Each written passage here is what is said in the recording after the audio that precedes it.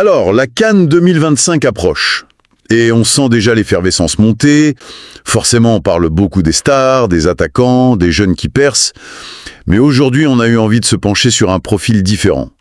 Un des piliers silencieux de la Teranga, le défenseur Abdoulaye Seck. Et c'est une excellente idée, parce qu'autour de lui, il y a une question qui est vraiment fascinante. Oui. Avec la nouvelle génération qui arrive, des profils plus modernes, on va dire. Quelle est sa place? Est-il toujours indispensable pour les Lions? Exactement. Est-ce qu'il est la clé pour aller chercher le titre, ou est-ce qu'il représente un football, disons, un peu dépassé? C'est ce qu'on va essayer de voir. C'est un peu le dilemme que doit avoir Pape Thiaw. Parce qu'on parle pas juste d'un joueur, là. On parle d'une philosophie de jeu. Absolument. Et quand on regarde son profil, il y a un mot qui revient tout le temps, que ce soit en club ou en sélection. La constance. La constance. C'est fou. On ne parle pas de coup d'éclat, mais d'une régularité. Presque robotique. Match après match. Très peu d'erreurs. C'est une qualité qui est presque devenue sous-cotée, tu vois. C'est vrai. Dans une compétition comme la CAN, où tout est si nerveux, où une seule erreur t'élimine, avoir un joueur qui te garantit 90 minutes de concentration, c'est un luxe. Il ne va pas te faire gagner le match à lui tout seul, mais il ne te le fera jamais perdre. Et ça se voit dans son style.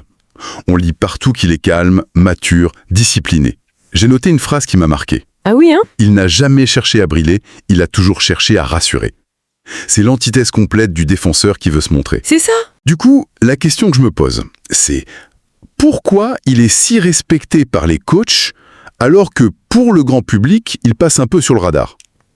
Parce que ses plus grandes forces sont invisibles pour le supporter lambda. C'est-à-dire?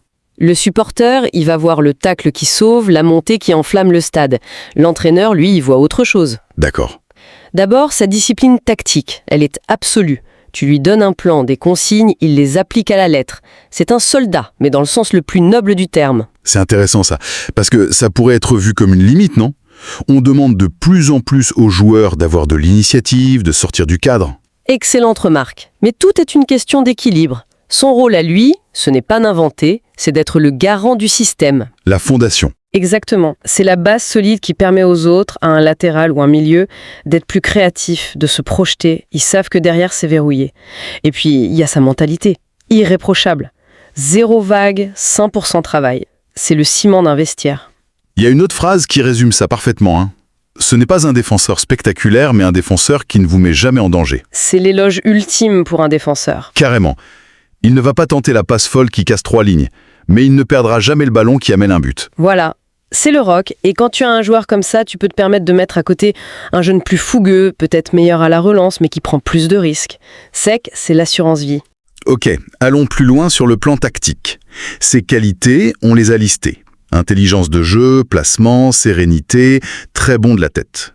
Mais il y a un concept qui m'a vraiment interpellé. Lequel? Le leadership silencieux. Ça paraît presque un oxymore. On a l'image du capitaine qui hurle sur tout le monde. Lui, on nous dit que c'est tout l'inverse. Comment ça marche, concrètement? C'est un concept fascinant. Son leadership, il n'est pas dans la parole. Il est dans l'exemple. C'est sa concentration absolue pendant 90 minutes qui contamine les autres, en fait. D'accord, je vois. Imagine, l'équipe est sous pression. Le stade gronde. Les autres joueurs vont instinctivement le regarder, lui. Et il voit quoi? Un mec, parfaitement calme, bien placé, qui ne montre aucun signe de panique. C'est son langage corporel qui apaise tout le monde. C'est le type qui, au milieu de la tempête, continue de faire ses lacets en disant « pas de panique, on gère ». C'est exactement ça.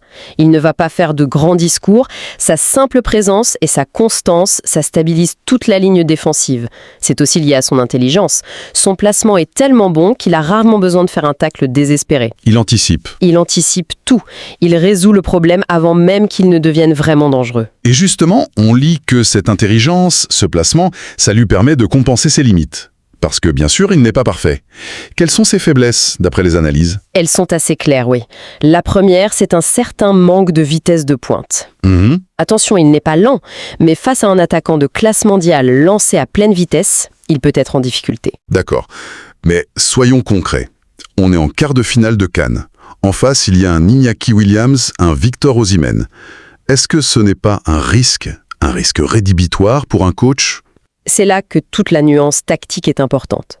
Si tu lui demandes de défendre avec 40 mètres dans son dos, dans une équipe qui joue très haut, C'est un suicide. C'est un suicide tactique, oui. Tu l'exposes. Mais ce n'est pas son rôle.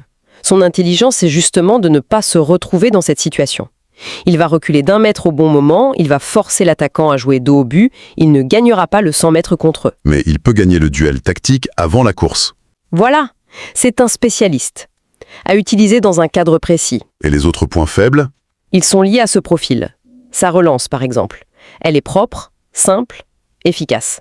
Il ne perdra pas le ballon. Mais Il monte sur corner pour sa tête et c'est tout. Ce qui, dans le football actuel, peut le marginaliser. Ça pourrait, mais encore une fois, ça dépend de ce que tu cherches. Si tu as déjà des créateurs partout, est-ce que tu as besoin que ton défenseur central soit aussi un numéro 10? Non, tu veux qu'il défende. Exactement. Tu veux qu'il soit un pur spécialiste de la destruction. Dans les 10 dernières minutes d'un match où tu mènes 1-0, tu ne veux pas un artiste derrière, tu veux un gardien du temple. Et pour ça, il est parfait. Ce qui nous amène à la question centrale. Tout ça, ça veut dire quoi pour les plans de Pape Thiaw au Maroc? On a cette nouvelle vague qui arrive, Niakhaté, Sarr, et le phénomène Faye qui bouscule tout. Comment Seck s'intègre là-dedans? Le défi du sélectionneur, ce n'est pas de penser en termes de remplacement, mais de complémentarité. D'accord. Il ne faut pas opposer les anciens et les jeunes. Il faut voir comment leurs qualités peuvent servir l'équipe à des moments différents. Il faut un groupe où chaque profil a une utilité stratégique. Et j'imagine que son rôle dépasse le terrain. On le décrit comme un leader de vestiaire. C'est un point capital. Il est un relais du coach, un grand frère pour les jeunes. Il connaît les campagnes de Cannes, il sait ce que ça demande en concentration, en gestion des médias, de la vie de groupe. Il transmet cette culture-là. Donc, sur le papier, son statut, ce serait quoi? Titulaire? Joker? Son statut le plus probable, c'est celui de remplaçant numéro 1. Le premier à entrer en cas de pépin ou si le match l'exige. Mais pas titulaire indiscutable. Pas forcément, mais il ne faut pas exclure qu'il soit titulaire sur certains matchs. Tout dépendra de l'adversaire. Son profil n'est pas universel, il est chirurgical. Développons ça. Contre quel type d'équipe son profil devient une évidence? Imagine un 8e de finale contre une équipe très athlétique. Le Nigeria, le Cameroun. Une équipe qui va imposer un combat physique, qui va jouer long, qui va miser sur les coups de pied arrêtés.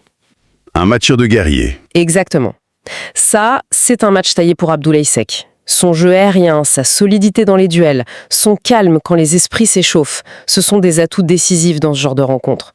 Il est là pour gagner la guerre des tranchées. C'est une sorte de disjoncteur, en fait. On l'envoie pour calmer le jeu quand ça devient trop électrique. C'est l'image parfaite. Et c'est aussi l'homme des fins de match. Ah oui. Le Sénégal mène 1-0, il reste 15-20 minutes, l'adversaire pousse et balance des longs ballons dans la boîte. Le faire entrer à ce moment-là, c'est un message clair. Le coffre-fort est fermé. C'est l'assurance vide tactique du coach. J'adore cette formule, elle est parfaite. Si on fait le bilan, on a donc un joueur qui incarne l'expérience, la fiabilité, moins flashy, moins rapide que les jeunes. Moins moderne si on veut. Oui, voilà.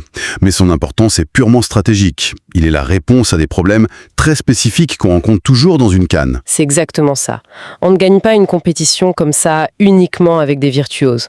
On la gagne avec une colonne vertébrale, avec des joueurs qui savent souffrir, défendre bas et tenir un score. Et Seck, il est l'un des garants de cette solidité. Il est le ciment de l'édifice.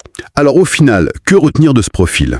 Ce qui est passionnant avec son cas, c'est qu'il nous oblige à réfléchir à la construction d'une grande équipe. C'est un puzzle. Il faut l'audace de la jeunesse, bien sûr, mais il faut aussi la sagesse, l'intelligence tactique et la sérénité de l'expérience. Les deux se complètent. Ils ne s'opposent pas, ils se complètent. Sa présence dans le groupe, ce n'est pas un choix par défaut ou par nostalgie. C'est un choix délibéré, un choix pour l'équilibre et la solidité. C'est un pari sur la sécurité. Et dans un tournoi à élimination directe, c'est rarement un mauvais pari. C'est vrai. Et ça me fait penser à une dernière chose, en fait. Dis-moi. Aujourd'hui, on est obsédé par les défenseurs relanceurs, les défenseurs rapides qui cassent les lignes. Les défenseurs qui sont presque des milieux de terrain. Exactement. Et je me demande si la place du défenseur pur, tu vois, le spécialiste dont la mission quasi unique c'est de défendre, est-ce que ce profil est en train de devenir un luxe rare? Ou au contraire, est-ce que c'est une nécessité intemporelle pour les équipes qui veulent non pas juste bien jouer, mais gagner des titres?